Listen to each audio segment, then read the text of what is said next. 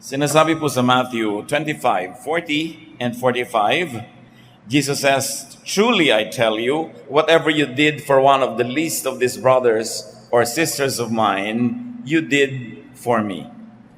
Whatever you did not do for one of the least of these, you did not do for me." Ang Panginoon po ay nagpapahiwatig na magaganap sa paghuhukom ng Diyos sa mga tao at sinabi niya na darating ang panahon na sasabihin ng Diyos sa lahat ng tao kung ano ang ginawa mo para sa iba, dito sa aking mga anak na ito, sa aking mga kapatid, sa aking mga lingkod, ay ituturing kong ginawa mo sa akin. At ang ipinagkait mo sa kanila ay tuturing ko ring ipinagkait mo sa akin. And this will be a major basis for judgment. Ang pag-aaral natin ngayon, pinamagatan natin, Helping Jesus or Doing Things for the Lord. At ang mga examples na gagamitin natin are helping Jesus from Gethsemane to the grave. Hindi sa buong karir niya at ministry, dun sa limited time from Gethsemane to the grave. Salamat o Diyos dahil maaari po kaming magbulay-bulay at pag-aralan kung paano maaari kaming makatulong sa gawain ng iyong anak na si Jesus. Turuan mo rin po kaming maunawa kung paano siya tinulungan ng iba't ibang mga babae at lalaki sa panahon mula nang siya ay nanalangin sa halaman ng Gethsemane hanggang siya ay ipinako sa krus. Pagpalain niyo po kami ng mga katotohanan at nawa mapagpalaya ang katotohanan ito upang lalo kaming magkaroon ng kapangyarihang sumunod sa kanyang magandang halimbawa. Bless us, O Father, be our speaker, lead us, heal our spiritual diseases, even our physical ones, strengthen us, guide us. In the name of Jesus, your Son, we pray with thanksgiving.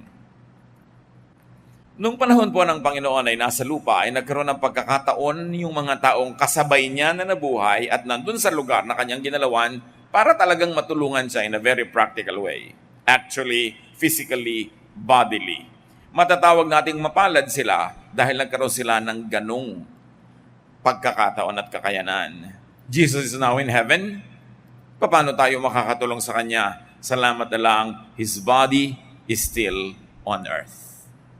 Colossians 1:18, He is the head of His body, which is the church. In spite of the imperfection of the men and women in the church, in spite of all the errors, the mistakes, sometimes even the glaring errors within the church is the only institution made up of human beings, but headed by Jesus, the Son of God.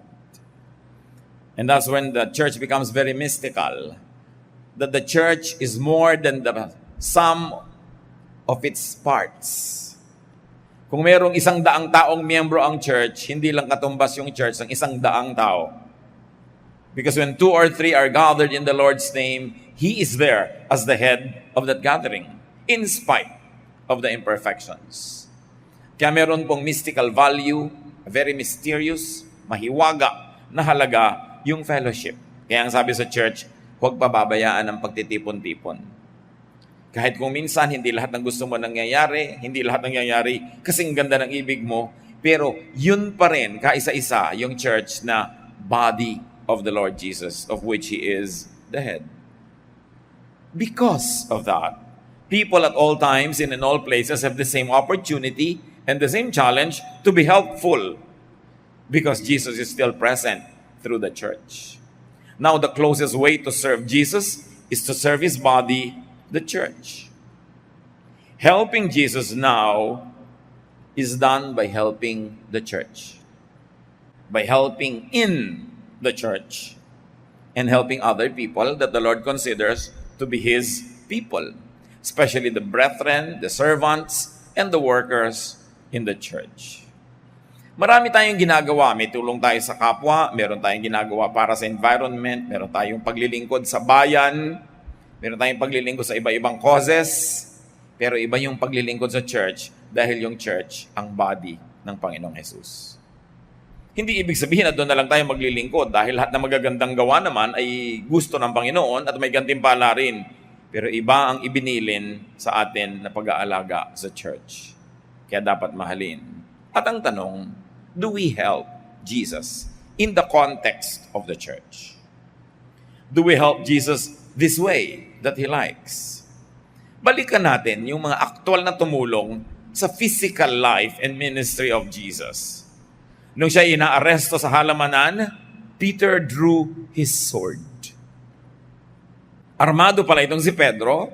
Inilabas niya ang kanyang sandata, John 18:10. Simon Peter had brought along a sword. He now pulled it out and struck at the servant of the high priest. The servant's name was Malchus, and Peter cut off his right ear. Sa pagsugod nitong si Pedro, tinagan niya yung pinakamahalagang assistant, katulong noong high priest, at natagpasantay nga. Anong matatawag sa tulong na yon? It was impulsive. Hindi naman hinihingi ni Lord yung ganong pagtulong. Jesus had to heal the wounded man. And according to other sources, Jesus had to stop the bleeding and Jesus had to heal the man. So tumulong kunwari, pero kailangan pang i-repair yung ginawa niya. So ang tanong, do we help Jesus? Do we help the church this way? Tutulong ka nga, pero hindi naman pala yung tulong na hinihingi ng Panginoon, so nakakasama pa kumisan. Akala mo tulong, hindi pala. Kailangan pa ng damage control. Kung sobra tayo halimbawang makapanakit ng kalooban ng hindi natin kapwa mananalig, kung sobra tayong mapagmataas sa ating doktrina, sobra tayong mapagmalaki, at hinuhusgahan natin yung iba, hindi ba ganun din yun? Kailangan na naman ng damage control pagkatapos. Matapos tayong may masaktan ng damdamin, mailayo ang loob sa church, sa Bible, at sa Lord, may kailangan pang humimok sa tao na yon na magpatawad at bigyan uli ng chance na makinig ang kanyang sarili dahil na-turn off sa atin. Maraming ginagawa ang mga Kristiyano ngayon, parang gawa ni Peter, akala nila nakakatuwa kay Lord pero hindi pala. Nakakasira pala sa church. At kailangan pang repairin, paghimalaan yung taong nasaktan dahil hindi naman kailangan. Overzealousness, judgmentalism, self-righteousness, self-promotion, lahat ng yan, hindi hinihingi ni Lord para sa atin. Hindi tayo nakakatulong sa church. Pag ipinagyayabang natin yung church natin, ipinagmamalaki, at parang dinadaig natin, kinakawawa o binabaliwala at pinagmumukhang mali ang iba. We don't help the cause of Jesus. Peter followed Jesus. That's another way to serve Him. To the house of the high priest. Matthew 26:57-58, matapos dakpin ng Panginoon at dinala sa bahay ng high priest. After Jesus had been arrested, He was led off to the house of Caiaphas, the high priest. But Peter followed along at a distance and came to the courtyard of the high priest's palace. He went in and sat down with the guards to see what was going to happen. Habang nagpulasan ng lahat, iniwan ng Panginoong Yesus, may isa namang sumunod-sunod, bagamat sa malayo. Pero hindi naman siya sumunod ng lubos. Hindi na siya pumasok sa loob dahil natatakot din siyang mapahamak. He followed only to be overcome by fear later, and then later on to deny Jesus. Huwag naman sana, but does anyone follow Jesus this way? Magsisimulang sumunod kunwari, but when the going gets tough, begins to deny any relationship with the Lord. Pag magmumukha na may disadvantage o baka mapahamak, malagay sa gipit, itatatwa na ang Panginoon. Isang uri ng paglilingkod na yes, maganda sa simula, hindi lang tinuloy at binuo.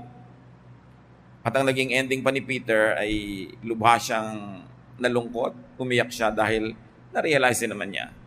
Itinatuwa niya pala matapos na sumunod pa raw siya kunwari. So kung sumunod na ng buo. Sabi ni Lord, count the cost before you begin building a tower. May cost lahat ang bagay. Ang pagsunod sa isang politiko, ang pagsunod sa isang artista, ang pagsunod sa isang sportsman, ang pagsunod kay Jesus. Pero alam naman natin na karapat-dapat siyang sundan. At nahirapan man ang Panginoon sa pinuntahan niya sa house ni Caiaphas, sa crucifixion, sa Golgotha, ginawa naman niya yung para sa atin. Mano ba namang samahan natin siya? Ginawa naman niya yun para sa atin at hindi para sa kanyang sarili. Isa pang tumulong, nagsikap tumulong sa Panginoon si Pilate. Pilate tried to set Jesus free. John 18:38, Pilate went back and said, I don't find this man guilty of anything. And since I usually set a prisoner free for you at the Passover, would you like me to set free the king of the Jews?" Sinikap ni Pilate dahil alam niya hindi naman masamang tao yung si Jesus. Hindi naman totoo yung mga paratang. Sinikap niyang tulungan na huwag mapako. And then Pilate's wife also helped by sending him a note. Habang naglilitis, nagpadala ng sulat itong babae, Matthew 27:19. While Pilate was judging the case, his wife sent him a message. It said, "Don't have anything to do with that innocent man. I have had nightmares because of him." In Luke 23:13-17, Pilate called together the chief priests, the leaders, and the people. He told them, "This man doesn't deserve to be put to death. I will just have him beaten with a whip and set free." Tumulong si Pilate dahil alam niyang hindi guilty si Jesus. Pero sabi niya, ipapapalo ko, ipapahugupit ko, papasaktan ko, tapos palalayain ko na rin. In other words, Pilate knew that Jesus was innocent, but still had him beaten. Anong uri ng pagtulong yun? Kasi, hindi lubos na lubos. Pilate was thinking of doing the right thing to set Jesus free, and at the same time, to save himself from the political trouble that might happen if the people had a riot. So sabi niya, para medyo masyahan kayo, total gusto niyang masaktan siya, sasaktan ko na lang, pero huwag natin patayin. Pero alam niya naman na hindi rin yung naganap. How do we allow those who do not deserve to be hurt to be hurt? Halimbawa, meron tayong isang kapatid, alam naman natin, hindi naman siya masama o hindi siya ganun kasama, pinag-uusapan ng iba. Do you allow that to happen? Or do you make a firm stand and say, don't talk like that about our teacher or about our leader or about our director or about our pastor or about our brother or sister? O hinahayaan na rin natin yung mga taong masyahan sa kanilang mga chismis. Hinahayaan na lang natin masyahan sila sa pag-express ng mga galit nila, bagamat alam nating hindi tama yun. In other words, sometimes you do a Pilate also. Alam natin na hindi naman deserve na masaktan si Jesus, pero sinaktan na rin natin. Alang-alang, para manatili tayong popular doon sa mga taong gustong saktan siya. And don't we sometimes allow many people to hurt, destroy, to talk against other people behind their backs? That's doing a Pilate. Kung minsan, ang pinakamahihirap na mga hidwaan, ang mga pinakamasasakit na mga pangyayari, hindi nangyayari sa mga magkakalaban, kundi sa magkakapatid. Nakita ninyo na ang unang murder sa Bible happened between brothers. Ang mga hidwaan sa unang mga aklat ng Genesis, nung kukunti pa lang ang tao, laging magkapatid ang naglalabanan. Kaya hindi mahirap isipin na hanggang ngayon si Satanas yan ang ginagamit niyang teknik, pinag-aaway-away ang magkakapatid, hindi lang magkakapatid sa laman, kundi magkakapatid sa pananampalataya. Kasi yun ang pagkakapatid na talagang mahalaga sa Panginoon, yung pagkakapatid sa Espiritu. Higit sa pagkakapatid yun sa dugo.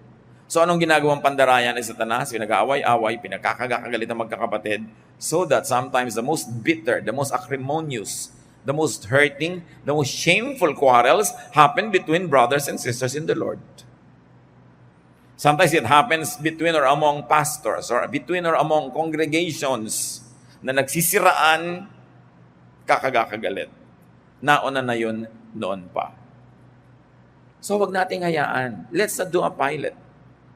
Kung maninindigan tayo para sa totoo, manindigan na ng buo. Huwag kalakalahati. Kung mayroong isang taong hindi dapat pinag-uusapan, hinuhusgahan, kinakawawa, habang nakatalikod, manindigan tayo para sa taong yon, at huwag tayong lagi ng parang kakandidato na gusto natin maging popular. Ang mahalaga, naninindigan tayo para sa tama, sa matuwid, sa mabait, sa mabuti. Mayroon pang tumulong kay Jesus. Of all people, yung mga sundalo, na binigyan ng assignment na siya isamahan hanggang Golgota, at tiyaking mamamatay siya doon. Ipako siya. Soldiers made Simon from Cyrene carry the cross. Luke 32:26. As Jesus was being led away, some soldiers grabbed hold of a man from Cyrene named Simon.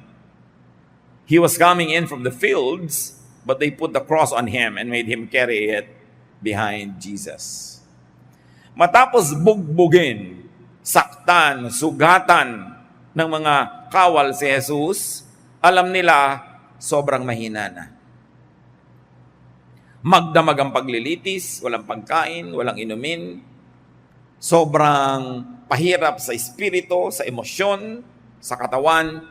So, nung papasanin na yung krus, inilabas na siya mula doon sa bahay na pinaghatulan at dadalhin na doon sa bundok ng Kalbaryo, at least part of that very difficult walk, may bigla silang isang hinablot na taong walang kamalay-malay, nandun lang, galing sa pagtatrabaho sa bukid, at sa kanya ipinabuhat yung krus. At least tinulungan nila si Jesus. They helped Jesus, but made someone else do the work. Tinulungan daw, hindi naman sila yung nagbuhat. Di ba maraming ganyan sa church? Kailangan natin magkaroon ng teacher sa Sunday school. Sister, I volunteer you. Tumutulong, pero hindi sila yung nahihirapan. Ibang mabolunteer ng iba.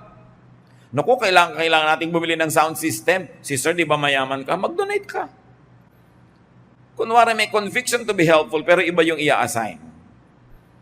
Well, you can understand the Roman soldiers because their task was to keep the peace. Hindi nila pwedeng bitawan ang kanilang armas. So, understandable, hindi nila pwedeng buhatin yung krus. Katulad kung may mga halimbawa, mga people who are being protected by their bodyguards, be they personages that are in danger from political enemies or just in danger from crazy people who like to harm them sometimes, hindi ka pwede makikipag-picture doon sa celebrity pagkatapos yung bodyguard niya pakukuhanin mo ng picture. Hindi ka pagbibigyan. Sabi mo pa, ang suplado naman ng bodyguard, nagpapakuha lang ko, ayaw pang pukuha. Hindi nila trabahong kumuha ng picture kasi ang trabaho nila, bantayan yung kanilang binabantayan. Kaya dapat inuunawa yon. So we can understand these soldiers na gusto nilang tulungan si Jesus pero hindi sila yung tumulong. Pero hindi tayo yung mga soldiers na yan. Tayo ngayon ay mga taga-church. Pag meron bang dapat gawin, ikaw mismo yung gumagawa o hinahayaan mo na lang iba ang gumawa? Nagmamaang-maangan ka na lang ba? Bahala na lang sila. Tapos ikaw pa yung magkikriticize kumisan. It can happen. It's amazing how we can unearth a lot of lessons just from the people who helped Jesus. Because right now, people are still helping Jesus when they help the church. When they help in the context of the ministers of the church. And yet, the same types of helping are still alive. Now, another person, of course, who helped Jesus was Simon. Simon from Cyrene carried the cross for Jesus. At kung minsan nangyayari sa atin yan, tayo talaga ang nagpapasan nung pasanin ni Jesus. Can you imagine this man was named and even the place where he came from was named? And from eternity to eternity, he is remembered. Not because he is the Savior, not because he died on the cross and lived again, but because even for just a moment, even for just a few steps, he carried the cross for Jesus. Surely we can do the same. Pagka yung mga gustong mahalin ni Jesus ay minahal natin, yung mga gusto niyang patawarin ay pinatawad natin, yung gusto niyang turuan ay tinuruan natin, yung gusto niyang bigyan ng pag-asa ay binigyan natin ng pag-asa, yung gusto niyang tanggapin dahil outcast ay tinanggap natin, aren't we carrying the cross of Jesus? So sa halip na gumawa kayo ng physical cross at pasanin nyo sa mga lansangan, walang value yon. Dahil hindi na kailangang ulitin yun eh. Pero ang value nandun sa spiritual na application nun. That when you do the work of Jesus to the point of suffering for it, to the point of carrying a heavy load because it is a duty that you must do in the name of Jesus, may kahalong sakripisyo, may kahalong paghihirap, yun ang ginawa ni Simon of Cyrene. Matthew 27:32, on the way they met a man from Cyrene named Simon, and they forced him to carry Jesus' cross. Siya pa nga pinilit lang, pero mas maganda kung tayo, hindi na kailangan pilitin. Nagbo-volunteer ka. Sabi ni Lord, whatever you do to the least of this, you do for me. Eh di lalo na kung if you do it for His body, the church. How are we like Simon? Sometimes you're only compelled to help at the beginning, and then at the end, you realize it's a good thing to do, and now you begin to do it on your own because it's good to do. Kung minsan, pipilitan ka lang na magbait-baitan, magbuti-butihan, kunwari magbago ng buhay, pero mamaya nakikita mo na rin yung ganda nung tinutuloy mo na. And you carry the cross of Jesus. Ang gandang halimbawa. This Simon never realized that his name would be immortalized in Scripture. But don't you realize that everybody who helps the body of Jesus, the church, is immortalized in the memory of God Himself? Sabi niya, may mag-abot lang sa inyo ng inumin, hindi lilimutin yon habang panahon. Aalalahanin ng langit ang iniaabot sa mga lingkod ng Diyos, sa mga katuwang ng Panginoon na nagpapagaan sa pasanin ng mga tao. Ano ba yung bigat ng krus? Yun ang pasanin ng mga tao, guilt. So when you help somebody overcome guilt by teaching them about the salvation and the forgiveness of Jesus, you actually carry their cross for them. Ang mga pabigat sa buhay ng tao, mga fear. So pag tinuruan mo sila ng buong linaw, nagtiwala sila sa Diyos at nawala o kaya yung malaki ang natanggal sa kanilang mga fears, sa kanilang mga phobia, sa kanilang mga kung ano-anong imahinasyong nagpapahirap ng guni-guni, you actually carry the cross for that person. Shame. When people are so ashamed of their past, so ashamed of themselves, and you make them realize the acceptance that Jesus has prepared for them. And their shame is covered by the blood of Jesus, and they get dressed by the righteousness of God. You actually carry the cross. So kung ikaw ay Bible study teacher, preacher, singer, o ikaw ang nag-imbita sa mga tao, ikaw ang naghanda ng merienda habang may Bible study, it's a teamwork. Kahit hindi ikaw yung frontliner, lahat kayo nagtutulong-tulong to carry the cross of Jesus. Ang lagi lang natin itinatanong, may ginagawa ba naman ako para makatulong-tulong? O lagi na lang ba ako yung bisita? Ako na lang yung sinusuyo? Ako yung binibigyan ng libreng Bible, libreng ganito, puro libre. Pero pag manonood ng sining walang kwenta, nagbabayad. Nagpapagaan ba ako o kasama ako sa pagpapabigat? Pag may problema ba yung church, yung mga kapatiran, may mga gulo, nakakadagdag ba ako sa gulo o pag sumali ako ay nababawasan ng gulo? Therefore, I carry the weight of the cross. Napakagandang kwento.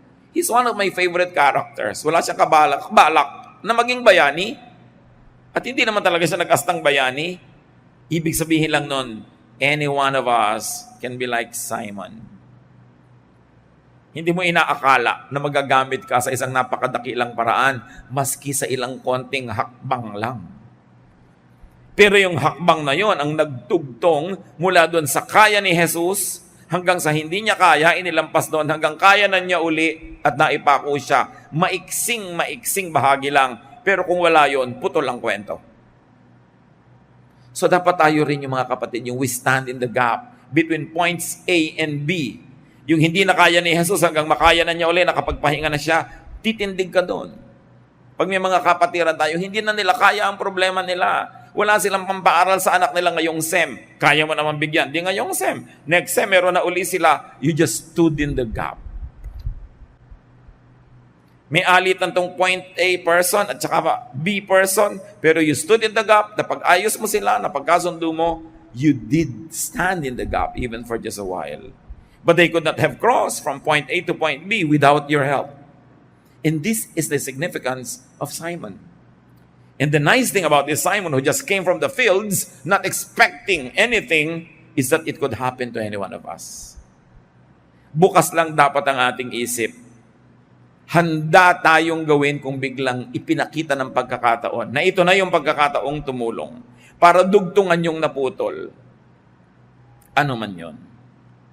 May mga tumulong pa kay Lord, the weeping women and the crowds. that followed him. Luke 32:27-31, a large crowd was following Jesus, and in the crowd, a lot of women were crying and weeping for him. Tanong, ano naman ang naitulong nung nag-iiyak? Pakikiramay. This is what I call the ministry of presence. Hindi ka naman nakabuhat ng krus. Hindi mo naman sinanggahan yung hampas para sa katawan mo lumatay. Hindi ka naman nagpapako, pero nakatulong ka just by being there. Nakaka-encourage. Yan yung ministry natin. Pag meron tayong mga kaibigang may mahal sa buhay na nasa ospital, sinasamahan natin sa pagbabantay, at lalo na nag-aambag tayo ng konti sa gastos kung hindi niya kaya yung gastos. The ministry of helps. Napakaraming umalipusta, humamak sa Panginoong Yesus nung araw na yon. The weeping of these women, the following of this crowd was so important to give balance to the very sad reality that many people deserted him. The disciples deserted him. They were nowhere to be found, but these women were weeping. And that was the ministry of presence. Ang ganda ng salita sa atin yan sa Tagalog, pakikiramay. Wala ka naman talagang magagawa para bawasan yung sakit. Hindi mo na pwedeng ilagay sa sarili mong katawan, pero nahahati ang sakit dahil nandun ka at katuwang. Pag nakikiramay tayo sa mga taong nahihirapan, kahit pa kasalanan nila kaya sila nahirapan, hindi naman tayo dapat judge. You divide the person's sorrow by being there. You are doing this ministry of presence. Very crucial. Paano tayo makikiramay kay Jesus? Pag nakikiramay tayo sa mga taong mahal niya na nangangailangan ng damay. Later, the women went to the tomb to anoint the body. So hindi lang pakikiramay sa pag-iyak, mayroong practical help. Dadala nila ng mga spices para linisin yung katawan na hindi na asikasong linisin dahil nung inilibing ay nagmamadali dahil gabi na ng Sabat, hindi na pwede magtrabaho. Luke 23:55-56. The women who had come with Jesus from Galilee followed Joseph and watched how Jesus' body was placed in the tomb. That was Joseph of Arimathea. Then they went to prepare some sweet-smelling spices for his burial. Inalam ng mga babaeng ito kung saan nailibing si Jesus para matapos ang Sabat ay pwede na nilang dalhan ng mga spices na ayon sa kanilang kaugalian ng paglilibing. Para mga kapatid ni Jose Rizal, na nung si Rizal ay binaril sa Bagong Bayan, hindi ginamit ng mga Kastila yung ataul na ipinadala ng pamilya ni Rizal. Hindi nila sinabi kung saan ililibing at basta na lang nila inihulog sa isang hukay na walang marka, nothing. Ayaw nilang malaman kung saan inilibing si Rizal. At ang mga kapatid ni Jose Rizal, sinuyod ang lahat ng libingan para malaman nila kung saan nilibing. At nalaman nila. Kaya nung nanalo ang ating himagsikan laban sa mga Kastila, kaya lang sa kasuyang palad, dumating ang mga Amerikano at sinakop naman tayo, nung panahon na yon, hinukay nila yung libingan at nakuha pa nila yung ilang bungo at ilang mga bahagi ng kalansay na siya namang inilagay ngayon sa ilalim ng monumento sa Luneta. Women, brave enough to look for the graves where very unpopular heroes of their time were buried. Matitibay ang mga loob, maganda ang mga ministry ng kababaihan.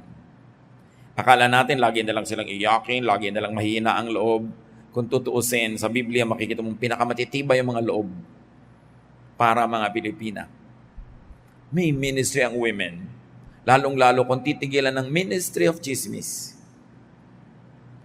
At mag-concentrate sa ministry of presence, ministry of help, ministry of bravery. Dapat din i-redeem, bawiin yung negative impression about women na pinauso ng marami. Na mahilig magchismisan, magkagulo, etc., etc. Not these biblical women. They meant to really follow Jesus. At ang lakas nila, ginamit nila sa tama, sa constructive. Ang tatapang nga nila. Sino na naman ang kauna-unahang mga tao doon sa libingan ni Jesus noong kinaumagahan ng linggo na tapos na ang Sabat? Madilim pa? Yung mga babaeng ito.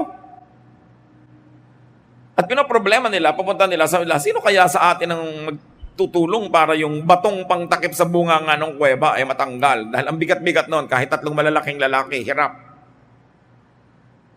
Pero nagpunta pa rin sila, hindi nila hinayaan na yung problemang yon ay pumigil sa kanila sa pagpunta. They walked in faith, and sure enough, when they got there, the grave was already opened.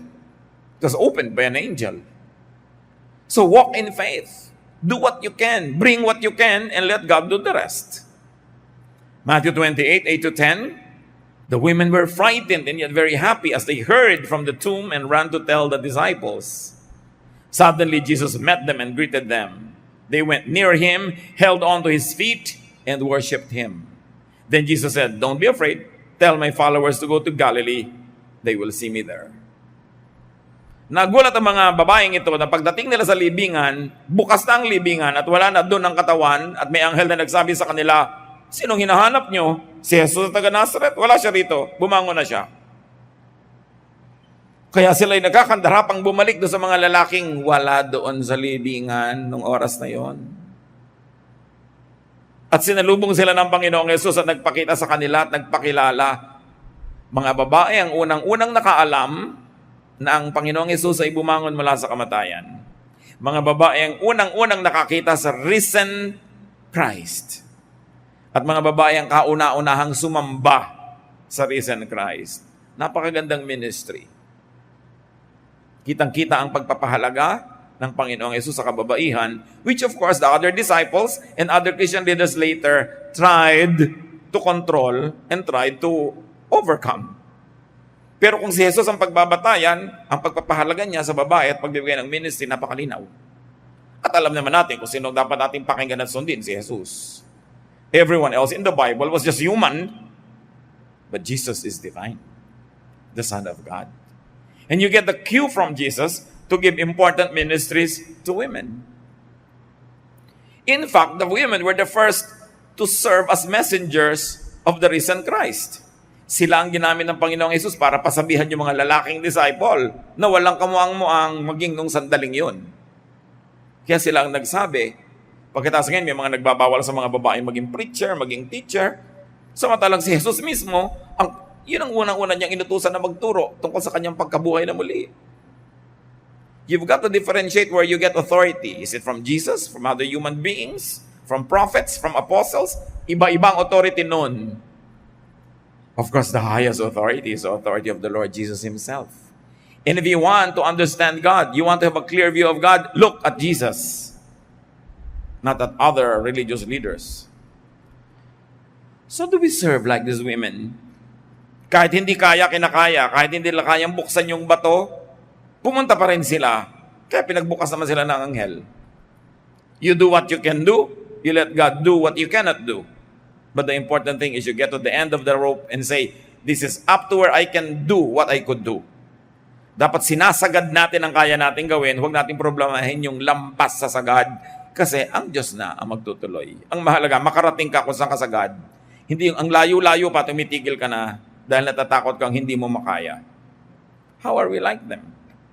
Eager messengers and teachers, helpers of Jesus. Meron pang isang maganda ang tulong na ginawa sa Panginoon. One criminal acknowledged, recognized, and believed in Jesus. Luke 23:40-43. But the other criminal told the first one off, "Don't you fear God? Aren't you getting the same punishment as this man? We got what was coming to us, but he didn't do anything wrong." Then he said to Jesus, "Remember me when you come into power." So yung isang kapwa niya kriminal, nangangantyaw pa kay Jesus. Nagsasalita pa ng pangit at masakit. At sabi niya, hindi ka ba natatakot sa Diyos? Alam naman natin, tayong dalawa, deserve natin to. Pero si Jesus, He doesn't deserve this. How do we become like Him? That we acknowledge Jesus even in front of people who don't want to acknowledge Him? To correct their mistakes and malicious words about Jesus? And then to openly accept Jesus in front of those who don't believe in Him. That was a help in the ministry of Jesus. Sa harap mismo ng lahat ng nandun na nagkakaisa-isa para hiyain si Jesus, this criminal on the cross acknowledged his faith in Jesus and even rebuked his fellow criminal who was saying bad things about Jesus. Do we just keep quiet when truth is being assaulted? Do we suppress our own faith and our expression of it when unfriendly audiences are present? This man was very good. That's why up to now, we're talking about him. Ginawa niya ang tama. Bihira lang sa buhay ng isang tao na meron siyang napakalinaw na pagpili na pwedeng gawin kung pipili siya ng tama o mali. Huwag nating aaksayahin yung ating pagkakataon kung dumating ito. When you are presented with the rare opportunity to stand up for what is right, do not waste that opportunity. And then there was another man who tried to help Jesus. In fact, he was very helpful. A man who tried to give Jesus some anesthesia. Alam niyo yung mga pinapako, sobrang hirap yan. So bilang charity, gesture of humanitarian concern, may mga mumurahing alak na hinahaluan nila ng mga sari-saring abdo ng hayop, kung ano-ano mga timpla, para pagka pumasok sa iyong bibig na inom mo, mabangag ka, malasing, at hindi mo naman sobrang maramdaman yung sakit. Mark 15:23, there they gave him some wine mixed with a drug to ease the pain, but he refused to drink it. May isang nagmagandang loob, sinikap niyang painumin si Jesus nung alak na may ano-anong timpla para siya malasing at huwag na niyang lubos na maramdaman. Pagkamat tinanggihan ni Jesus, kasi buong puso at buong gising niyang tinanggap ang kaparusahan na para sa ating lahat. Pero it's still a good gesture. This is the ministry of comfort. This man was trying to comfort Jesus. What the disciples never did, this man, anonymous, nameless, faceless, did for Jesus. Gusto niyang bigyan ng ginhawa. Pag may tao bang naghihirap, willing tayong magbigay ng ginhawa. Kaya pagka halimbawa may nababalitaan tayong meron palang cancer, si gano'n nakilala natin o mahal sa buhay ng kilala natin, ang una nating itinatanong, lalo't pagka sinabing terminal case, how is the pain management? Is there enough funds para kung kailangan ng morphine, mag-morphine? Kung kailangan ng pampatulog, para wag nang maramdaman. Kung sakaling hindi maiiwasan, nang babawian ng buhay dahil sa napakatalamak na sakit. Kung sakaling hindi maiiwasan na mabawian ng buhay si Jesus dahil sa talamak na parusang binibigay sa kanya, at least bigyan mo ng pampamanhid. This is the ministry of comfort at work. At lagi kong hinihimo ka mga kapatid natin, lalo may mga kakayahan naman, may kakilala ka na may sakit, na sobrang nagdurusa sa sakit at walang ikaya sa gastos, mag-donate ka kahit isang shot ng painkiller. Isang shot ng morphine, kung yan ang sinabi ng doktor na dapat at kailangan. Kahit hindi mo kayang suplayan ng lahat ng araw yun, isa lang, makadugtong ka lang. May isang magbibigay uli, may isa nagkakadugtong-dugtong. Bihira naman sa atin yung kayang tumulong ng buong-buo mula simula hanggang dulo. Pero pwede tayong mag-donate ng konti.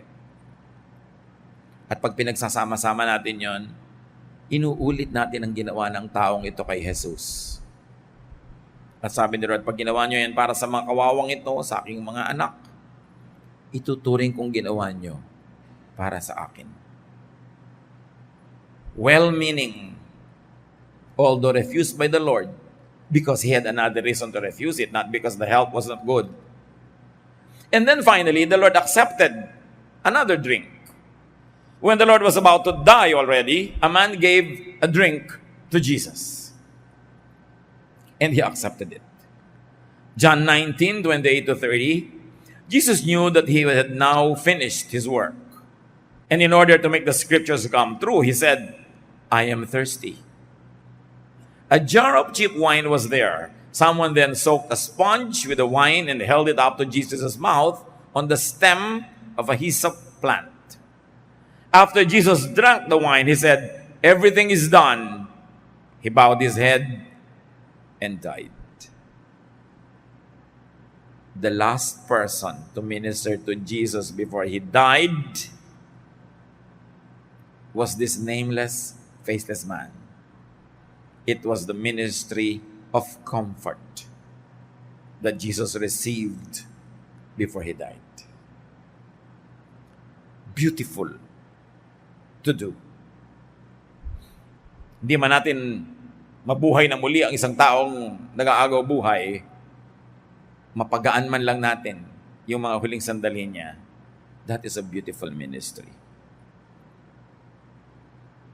Maging matulungin, mahabagin. This is also the ministry of giving. He gave of himself. And this time the Lord drank it dahil walang pampamanhid. Ibang wine naman. And besides, he was already going to die. Sinabi niya, "It is finished. Everything is done." The Greek words were tetelestai. It means, it's beautiful. Pagka isang artist, natapos na sa kanyang gagawin, pag tiningnan niya, nireview niya, nasyahan siya, sasabihin niya, tetelestai. Tama ang trabaho, maganda. At yon ang sinabi ng Panginoon nung nireview niya ang kanyang buong ministry of salvation. It is finished. Tetelestai. Now, finally, there's a man also who helped. Joseph of Arimathea and Nicodemus buried Jesus' body after he died. Luke 23, 52 to 53. Joseph went to Pilate and asked for Jesus' body. He took the body down from the cross and wrapped it in fine cloth. Then he put it in a tomb that had been cut out of solid rock that had never been used. And I call this ministry the ministry of the influential. Sino ang maglalakas ng loob na hingin ang katawan ni Kristo sa kanyang mga followers, sa puro mga maralita, mga promdi? They were from Galilee, a province. They were not from Jerusalem. And Jesus was killed in Jerusalem. Wala silang kilala, wala silang contact. Hindi sila papansinin ng gobernador. Joseph of Arimathea was a rich man. He was a ruler of the synagogue. He was a ruler among the Jewish people. So yung mayaman, may kapangyarihan, may contact, may connection, may ministry yan. At ginagamit yung ministry na yan for the sake of Jesus' body. And remember, what is Jesus' body now? The church. Ginamit niya yung kanyang yaman, yung kanyang influensya para hingin yung katawan. A very special ministry. Not everybody can have this. Because not everybody can go to the governor. Not everybody has the connection, the confidence to do that.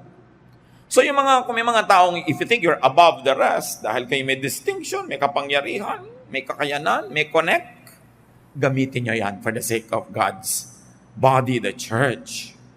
As Joseph of Arimathea had so beautifully demonstrated. He interceded for the influenceless followers of Jesus. He became a power broker in a very good way. John 19, 39 to 42. Nicodemus also came with about 75 pounds of spices made from myrrh and aloes. This was the same Nicodemus who had visited Jesus at night.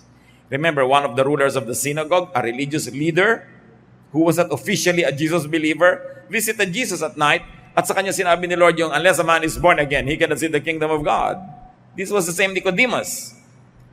So together with Joseph of Arimathea, itong dalawang mayaman, makapangyarihan ng mga believers ni Lord ang kumilos. Ano naman ang ginawa niya?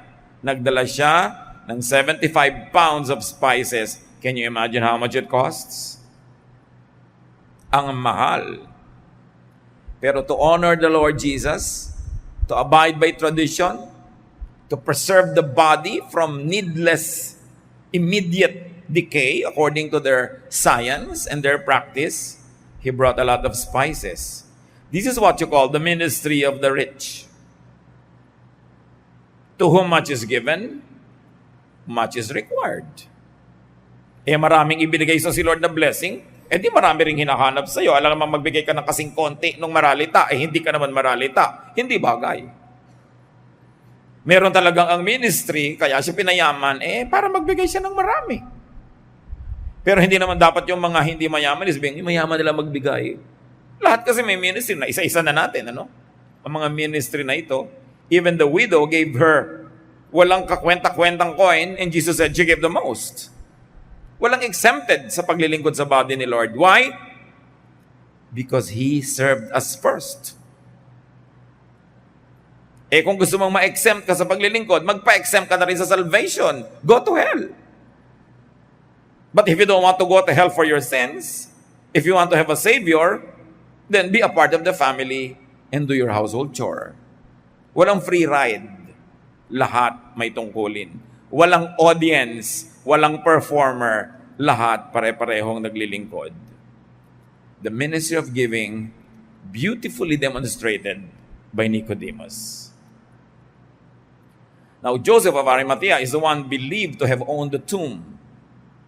Bagong libingan. Ibinigay niya sa Panginoon, wala pang ibang naunang inilibing, doon inilibing si Jesus. Malay ba niya na isosolid sa kanya after 3 days, no? Pero willing siyang ibigay forever yung libingan na yon. Pero willing na willing siyang ibinigay, isinoli din agad. God cannot be any man's debtor. Hindi hinahayaan ng Diyos na may utang siya kahit kanino, kaya pag nagbigay ka, ibabalik din agad sa'yo. At yung ibinigay mo naman, nauna na siyang nagbigay, kaya ka nga may ibibigay. Napakagandang mga kasaysayan. Kung i-apply natin sa ating sariling buhay, hindi sa katabi, baka, kita mo, ikaw yung mayaman, ikaw yung magbigay. Ganun na naman yung ipinabuhat sa iba yung krus, ha? Dapat lahat tayo nagtutulong-tulong. How do we serve Jesus' body? Alam niyo itong mga kwento na pang Holy Week, paulit-ulit na lang taon-taon. Dapat may iba-ibang talab. Dapat merong iba-ibang dating.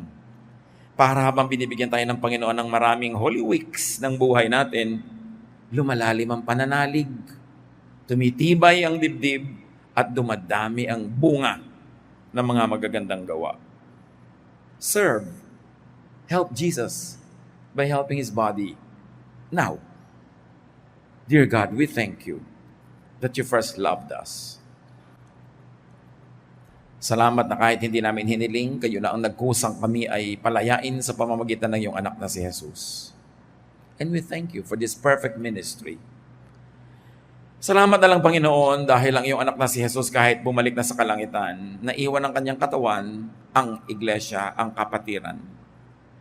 Turuan Niyo kaming igalang yung body na ito. Tulungan Niyo kami, Panginoon, to contribute, to help, so that this body can be at its healthiest best, so that